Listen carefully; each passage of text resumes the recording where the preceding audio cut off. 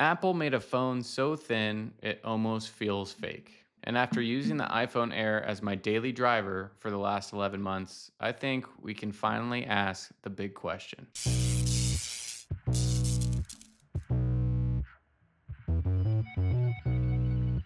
Was this actually a genius move by Apple, or was it just an expensive design experiment disguised as a phone?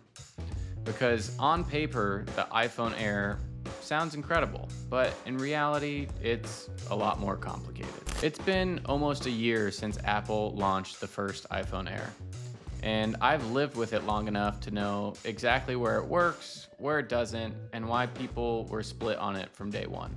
And honestly, I get both sides. Because this phone is beautiful, it feels premium, it's absurdly thin, and it's one of those devices that makes you do the whole, wow, this is actually impressive the first time you pick it up. But Apple didn't make this phone for everyone, and that's exactly why it became such a weird product. I think Apple had two goals with the iPhone Air. First, they wanted to test the market.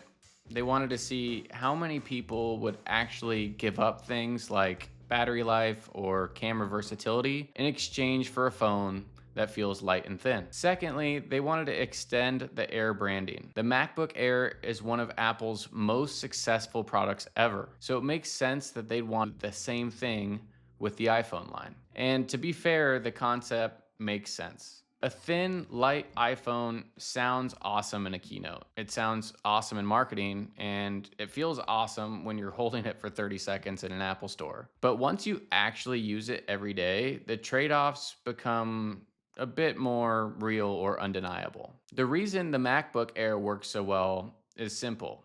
You barely feel like you're sacrificing anything. With Apple Silicon in 2026, the MacBook Air is good enough for most people that the thin and light design doesn't even feel like a compromise at all. The iPhone Air is different because with a phone, people notice the trade-offs immediately. Battery life becomes a real concern. The case dilemma kills the whole thin phone fantasy for a lot of buyers. And you lose the ultra-wide camera as well as the telephoto.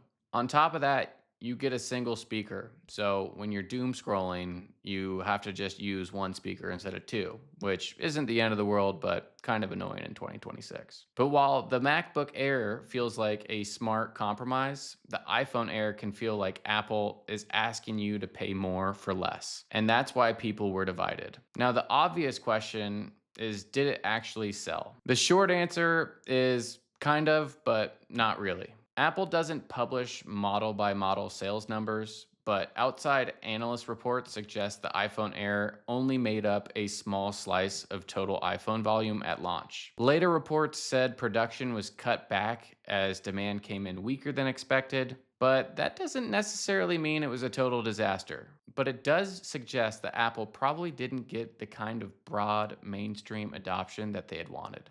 Some reports also showed it doing better than the old Plus models, if you remember those, which tells you that the iPhone wasn't completely dead on arrival. So the honest takeaway on this is the iPhone Air probably wasn't a flop, but it also wasn't a runaway success. It was more of a cool idea with a limited audience type of product. For me personally though, it's been a great phone. I've upgraded to a new Pro model every year since the iPhone 14, and this year I was craving a different experience. I prefer thin and light tech, and honestly, Apple not offering the Pro models in black this year was a little bit of a deal breaker and enough to push me towards the Air. So my use case is probably pretty different from some people's. I work in outside sales, so my phone is constantly in my hand. I'm calling, texting, emailing on the road, checking stuff on the move, and handling business throughout the day. But I'm not gaming on my phone, I'm not recording tons of heavy 4K video, and I'm not hammering it with the kind of workloads that will totally destroy your battery life.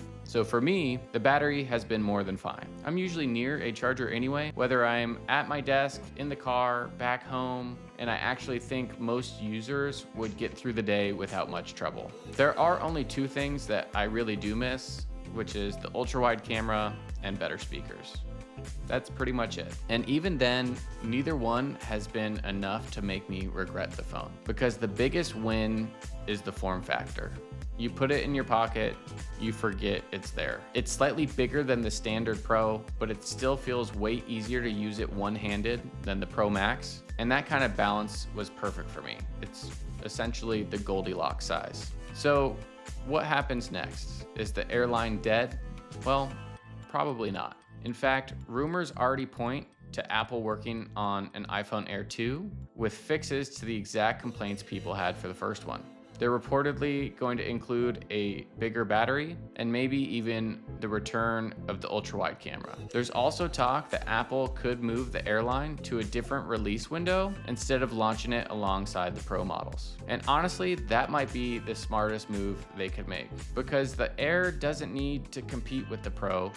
It needs its own identity. So here's my question. Would you actually buy an iPhone Air 2 if Apple improved the battery and added the second camera? Or is this one of those ideas that sounds cool, but just doesn't make sense for most people? Let me know your thoughts down below in the comments. If you made it this far in the video, thank you so much for watching, and I'll see you guys in the next one.